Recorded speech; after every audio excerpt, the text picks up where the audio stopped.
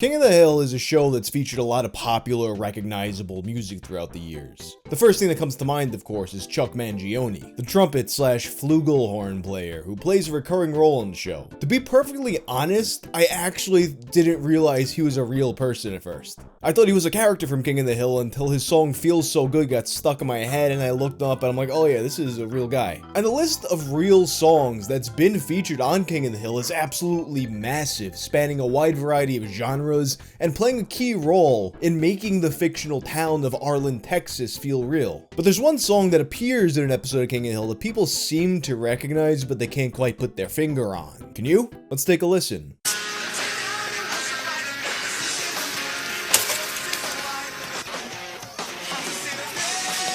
Not much to work with, I know. But for this episode of Tales from the Internet, let's take a closer look.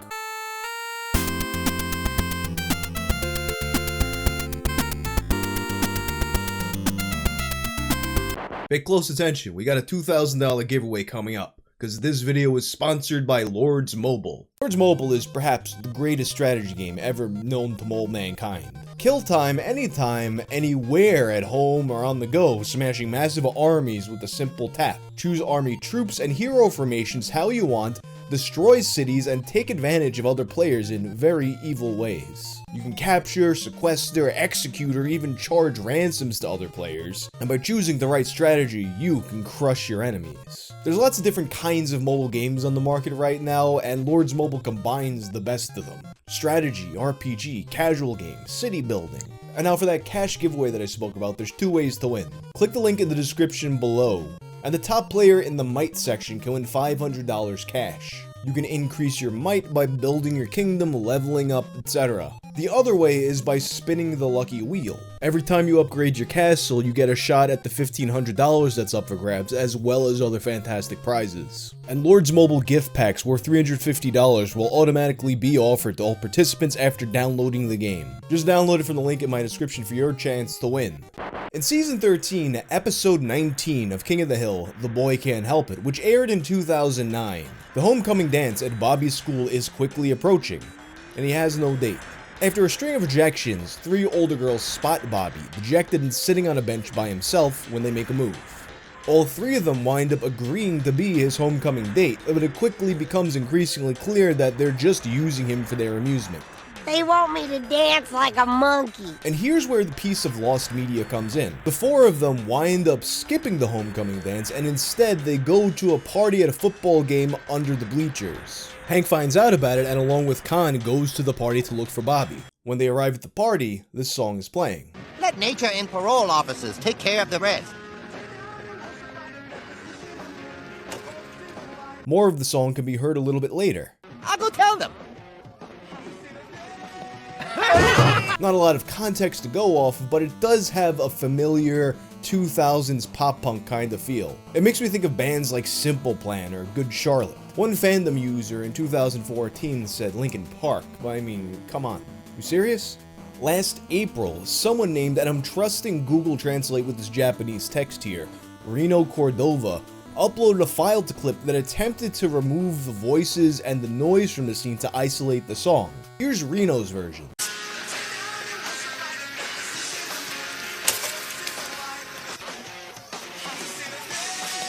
Listening to this version, to me, it sounds like this might actually be two different songs. I suppose a song could have a tempo change like that with a very different tone like that, but it doesn't seem that likely to me. I'm not necessarily hearing how these pieces gel together. To me, it seems more like this first piece is one song,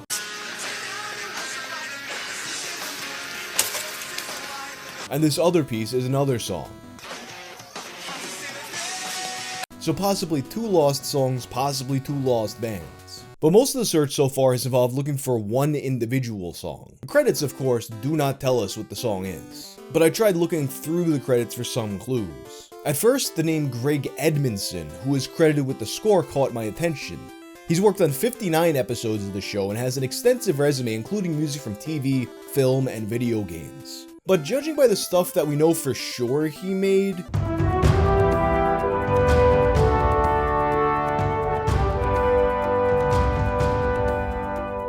I think it's unlikely that he also happened to make this pop punk song.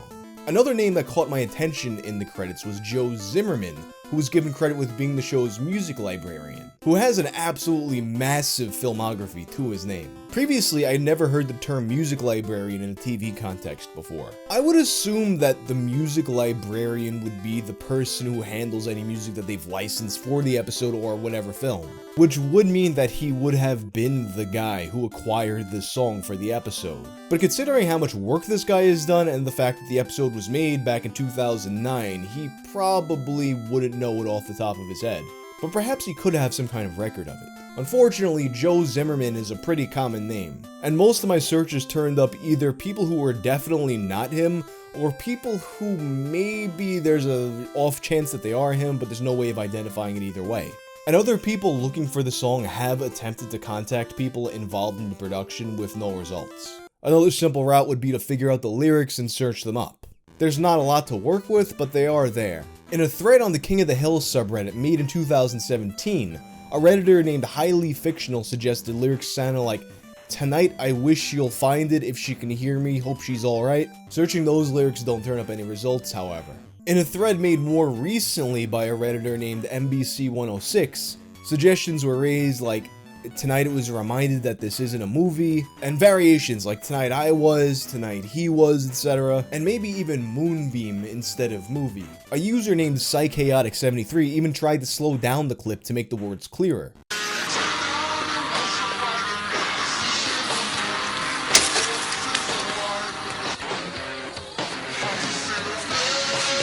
As of now though, none of the permutations anyone has tried have turned up anything. And before I get a million comments like, "Hey, did you try Shazam?" Yeah, I tried Shazam. A lot of potential bands have been named as possibilities during this search. In Highly Fictional's thread, people suggested Foo Fighters or Blink-182.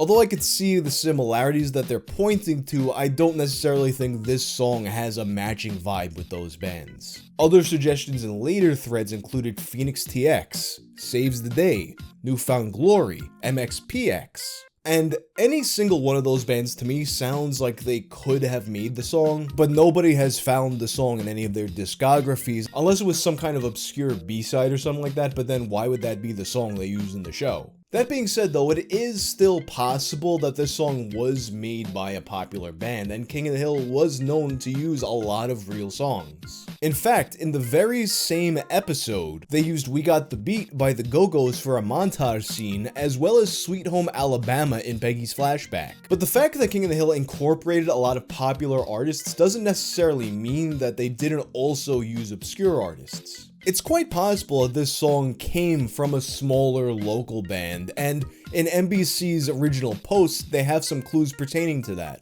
Hi, so this is driving me nuts. Someone posted on the King of the Hill Reddit that there's a song in the background of a 2009 episode that's not credited and nobody can ID it. I know I've heard it before, but I can't pin it down. The singer sounds like Phoenix TX, or a similar band like Mest or MXPX. I've been listening to songs on YouTube that I remember liking, but I haven't found it. I really don't think it's a band that had a big nationwide following like Newfound Glory, and I don't think it's something that would have been played on a major radio station.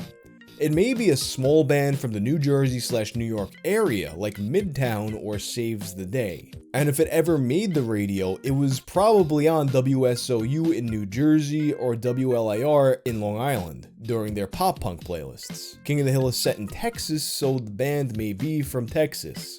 The song is definitely from before 2009. I think I remember listening to this in college, so that would have been 2001 to 2005. And while I wouldn't call Midtown or Saves the Day small bands, I definitely think there could be something to this possibility. Personally, also being from the same area, I've sent stuff to SOU back in the day. I remember them mostly being a metal and hardcore station at that time, but they probably did have other stuff, as that was one of the few stations around that would play unsigned bands. NBC elaborates in another comment. I was a member of my college's tiny-ass radio station in 2001 to 2005, and we used to get a ton of promo CDs, so I'm wondering if that's why I know this clip. It may have been from an up-and-coming band or a local band mailing out their own singles, and they just never wound up releasing their album. Most of our free stuff came from CMJ, College Music Journal, which went out of business 10 years ago but was recently acquired by someone else.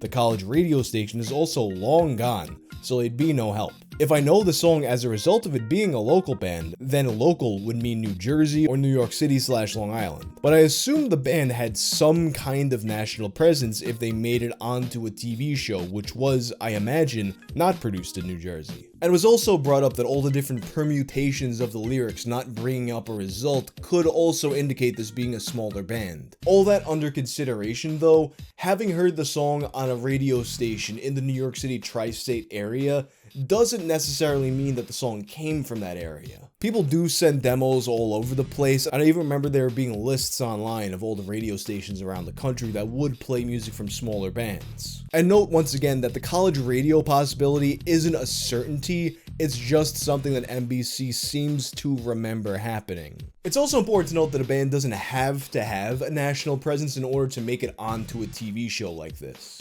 It does happen sometimes, and some musicians wind up making money even though their band doesn't get that big, making money from licensing out their music. This is basically all that's known about this song at this point. Hopefully someone just recognizes it from hearing it like happened with the Medieval song or the Tape World Monster, and it's also possible that this song was made specifically for the background of this episode, but considering the show's propensity for licensing music, I think it's far more likely that this song or songs were made by real bands, whether they be popular or lesser known. And obviously it would have to be something recorded before 2009 when this episode first aired. But anyway, that's all for now. If you like this video, check out my video about Krusty's weird appearance in Who Shot Mr. Burns. I'm out.